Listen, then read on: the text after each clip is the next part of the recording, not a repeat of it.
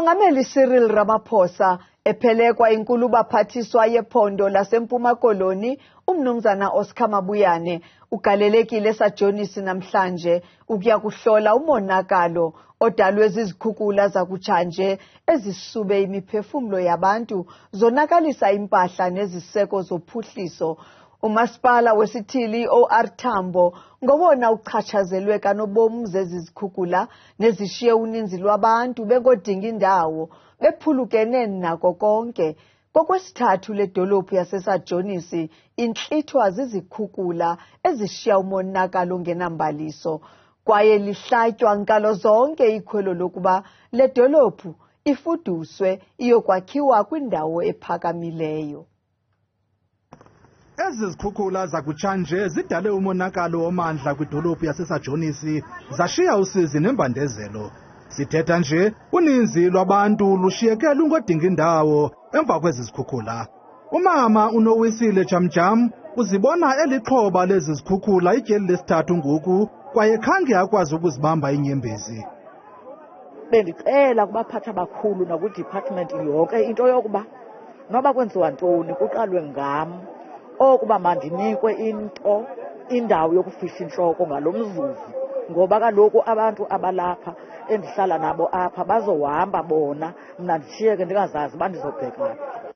Umbutho wesisa iGift of the Givers nawo uphose umrhaji wangenelela ukunceda ngezinto ezifana nokutya, ingubo nezinto zokuhlamba. Balamkela bakulangazelele ukufumana ezi zinto besibanika zona. Njengoba bona apha emveni kwethu nje bebebaninzi nakunoku abantu bebelapha. Ukanti umongameli Cyril Ramaphosa ugalelekile naye apha eSajonisi namhlanje waze wadibana namaxhoba ezizikhukhula ezakuzibonela ngokwakhe umonakalo.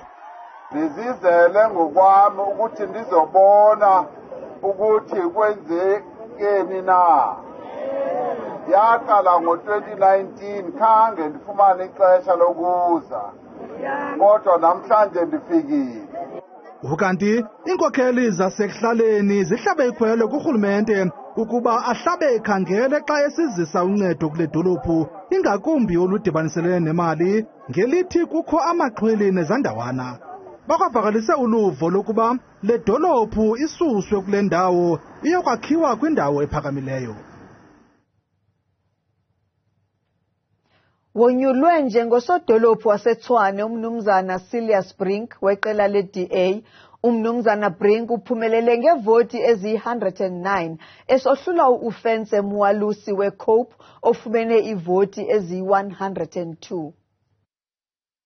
Lidumela dlula kwisixeko saseTshwane emva kokuba ngenjikalanga yanamhlanje ilungu le-DA umnumzana Brink onyulwe njengosodolophu wesisixeko. OkaBrink uphumelele ngamanqaku ayi-109 esoyisa umnumzana Ofense Mwalusi weCope ofumene amanqaku ayi-102 nakubeni okaMwalusi ebefumene inkxaso kwindibaniselwano yamaqela amabini i-ANC ne-EFF.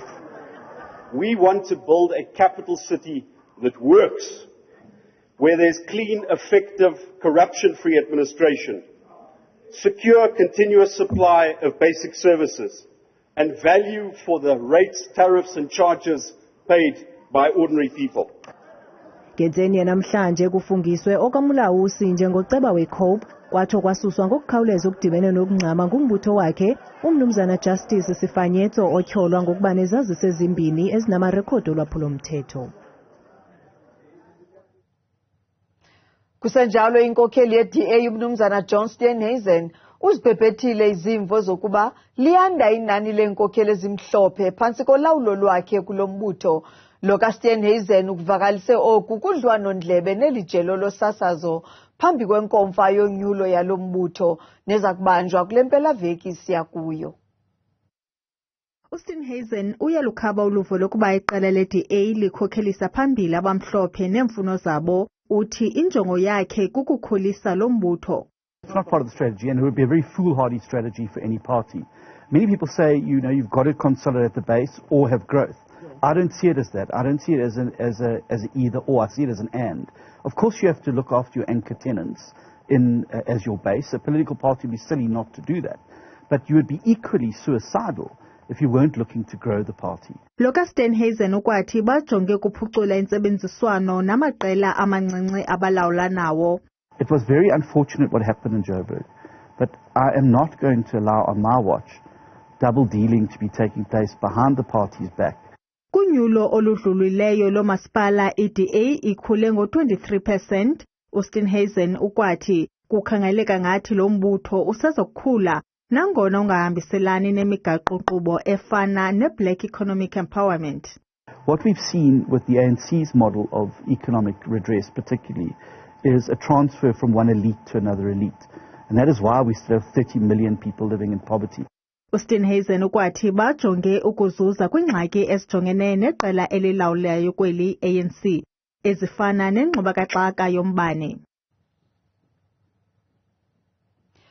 Uqhuba kakuhle umsebenzi wokwakhiwa kweziko lamanzi othongathe eThekwini. Oku kuvakaliswe ngusodolophu waseThekwini umnumzana Mxolisi Kaunda namhlanje ngethuba ekhokela isigqeba esiphezulu ebesihlola inkqubo yamanzi nogutyulo lwelindle kulo masipala nakwiindawo ezingqongileyo. Namhlanje usodolophu waseThekwini umnumzana Mxolisi Kaunda ukhokele igqiza lesigqeba esiphezulu ebesiye kuhlola iinkqubo ezintsha zamanzi nogutyulo othongathi nakwindawo ezingqongileyo. Ukholelwa ukuba kuza kubakho umtyhi kwiingxaki zamanzi ezambethe lo masipala nezabangelwa zizikhukhula. The issues on how technically we'll have to sustain the supply of water to all these surrounding areas, those are being attended to by our own engineers and technicians so that we are able to supply adequately in all these communities. Okakhawunda ukwathe umsebenzi wokwakhiwa kweziko elicoca amanzi phantsi komhlaba uqhuba kakuhle kakhulu yaye inyanga kaApril iza kuphela sele lisebenza kakuhle liziko. So we are very pleased with the work so far. Even this plant, when I came here in 2021 to launch and to hand over the contractor, so they are still within the timeline which they were given 18 months. So they are about to complete, they are seated at more than 90%. They are about to complete this plant at least by end of April. Uhambise wathi baza kuqinisekisa ukuba akukho mntu uba nengxaki yamanzi ukusukela ngoku.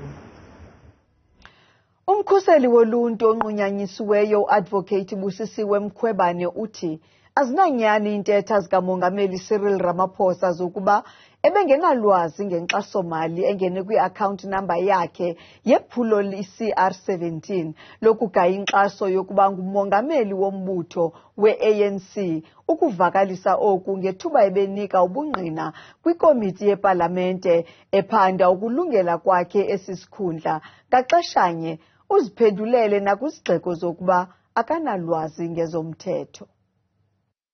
It is not clear to me why would misapplication of the law constitute an act of misconduct or incompetence. I mean, how many judgments which we can even take the public through, where you find that a lot of judges, there was an error of law and how they applied the law. But then are they facing an impeachment? Not at all. Inkundla ephakamileyo eKapa namhlanje iyalele umnumzana Zandile Mafe otyholwa ngokutshisa ipalamente ukuba ayokuhlolwa ubume bengqondo. OkaMafe uza kuthunyelwa kwisibhedlele iFort England eMpuma Koloni yaye ityala lakhe limiselwe umhla wesi-8 kuMeyi. uZandile Mafe otyholwa ngokutshisa ipalamente uyalelwe yinkundla ukuba yokwenza uhlolo lwengqondo kwisibhedlele iFort England eMpuma Koloni. uMafe ujongene nezityholo zokuqhekeza, ukutshisa ipalamente kunye nezobunqolobi. Inkundla iyathatha isigqibo yanika umyalelo namhlanje ukubana uMr Mafe makathathwe asiwe kwisibhedlele saseFort England sise-Eastern Cape, nalapho azathi ahlolwe ajongwe kwasengqondweni iintsuku ezingama-30, nalapho uzathi kujongwe ukubana uyakwazi na uyayibona na okanye wayekwazi ukuyibona into ayenzayo ukuba irongo na ngelaa xesha wayesenza ezazi zinto ezenza, nokubana uzawukwazi na xa kuqhubeka ityala anike instructions kumagqwetha kwakhe ukwenzela akwazi uzikhusela. Amagqwetha kaMafe athi umsulwa Kodwa siyayazi ukuba asinguye otshisa ipalamente, akatshisanga palamente uMr Mafe. Akananto sizathu sawutshisa palamente, akayazi nalanto nala floor uba ibinantoni ngumgangatho obunantoni, akasazi nesasakhiwo. Ityala limiselwe umhla wesi-8 kuMeyi kwiindaba zethu kuChannel 163 oziphethelwe yiNewsroom Africa ndinguNasiphi Same eKapa. Xa sihlabela mgama luyaxhalabisa kakhulu uphando oluthe lwenziwa ngokuxhoma kwamaxabiso okutya kweli. Ikomishoni ephanda indlela yokuyisebenza kwamashishini ithi abathengisi kwakunye nabavelisi bokutya bonyuse amaxabiso okutya ngaphaya kokuqondwa, ingakumbi amaxabiso amafutha okupheka, isonka kwakunye nomgubo. Ingxelo yakutshanje ejongene namaxabiso okutya okutyiwa ngabantu imihla ngemihla ibonisa ukuba abanye abathengisi nabavelisi bokutya bonyuse amaxabiso ngeyona ndlela kule minyaka mibini idlulileyo. Ukusuka ngenyanga kaJanuwari ukuya kuDisemba unyaka ophelileyo, isonke esimhlophe nesibrown zonyuke ngomyinge we-20% ne-19%, ukanti ixabiso le-2,5 kg yomgubo yonyuke ngomyinge we-32% ukusuka kwi-R26.62 ukuya kwi-R35.29. Ifikelele esiphelweni namhlanje esentini eRhawutini inkomfa enjongo ikukukhuthaza ukuthengwa kwemveliso eyenziwe kweli kwanokuvula imalike yemveliso yamacandelo awohlukeneyo. Oosomashishini beli babonise ngeemveliso zabo kwinkomfa i-Bi-Local Summit and Expo. iLukmo Wines yenye yeenkampani ezithabathe inxaxheba. Iwines zayo zithiwe ngamagama asebukhosini. Our wines are named under kings and queens of South Africa. How do you approach a royal family and say, hey king, I would like to have your name written on the bottle of my wine? Enye yeemveliso ezibonisiweyo yimveliso yesiselo sohlobo lwejinja. Umvelisi wayo uthi wayiqala inkampani yakhe ngo-2016 nosapho lwakhe. Proudly SA has been not only credibility to our brand. When people see that you have that stamp on your brand, they automatically want to engage you. We also get access to market with Proudly SA. Le nkomfa ikwajonge nemingeni ejongene noshishino lweemveliso zeli. Masikhangele ukuba imalike zivale zimi njani na namhlanje.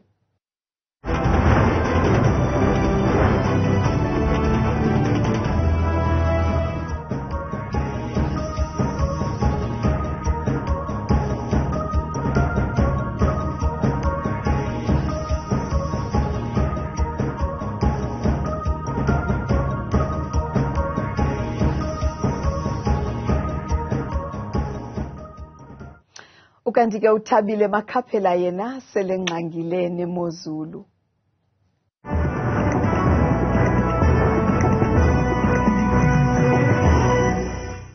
Kakhulu ke kuwe mamfene phaya ezindabeni ndabulisa kumzonto lapha ekhaya ndikwamkela kaloku kwidesika yam yemozulu. Igama lam ke ndinguThabile uMamvelase wakwaMakhaphela. Nantsi emozulu.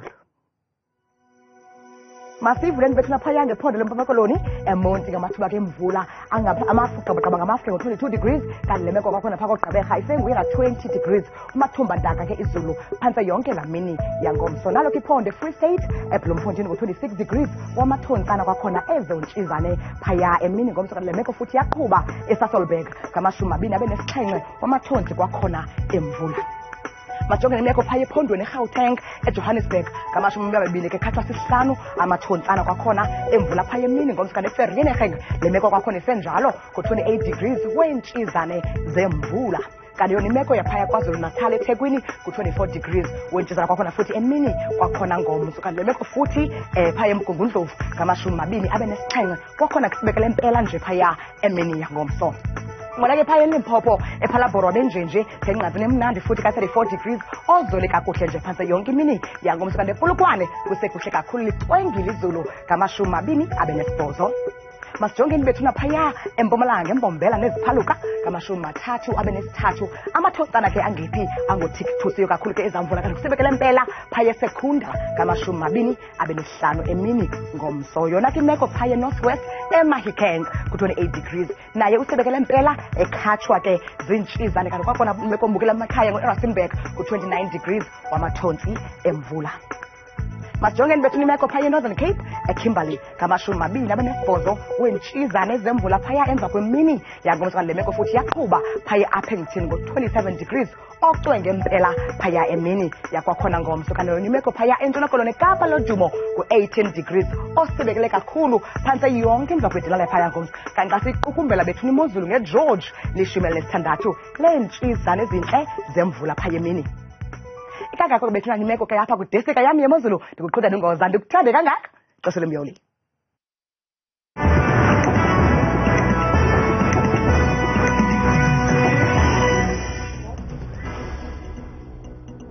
Indaba zipheli mawethu utshaba nje lixesha ungazifumana ezinye indaba ziphakwa zishushu kwijelo lendaba iNewsroom Africa Channel 405 apha kwi-DSTV. Ndinithanda nonke emakhaya.